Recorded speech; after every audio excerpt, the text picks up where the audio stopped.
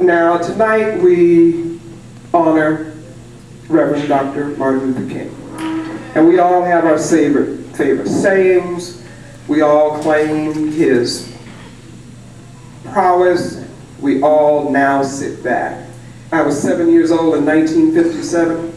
I remember Milwaukee and then Reverend King.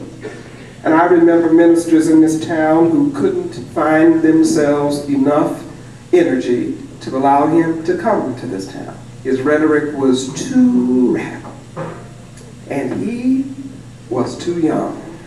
And I went back and I looked at some of his speeches, and I didn't want to go to any of those that we often hear. I actually brought it with me because I didn't want to quote anything out of context. It's called Loving Your Enemies. It was delivered at the Dexter Avenue Baptist Church in Montgomery, Alabama, the 17th of November, 1957.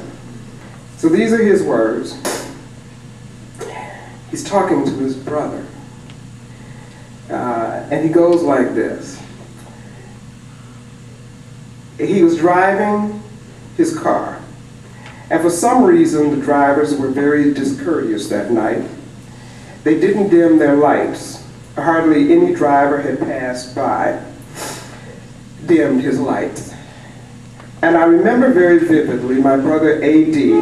looking over in a tone of anger said, quote, "I know what I'm going to do. The next car that comes along here and refuses to dim the lights, I'm going to fail to dim mine and pour them on in full power." And I looked at him, and this is Dr. King saying, and I looked at him right quick and said, "Oh no, don't do that. There'd be too much light on this highway, and it will end up in a mutual destruction for all. Somebody got to have some sense on this highway. Somebody must have some sense enough to dim the lights." And that is the trouble, isn't it? That all of the civilizations of the world move up the highway of history.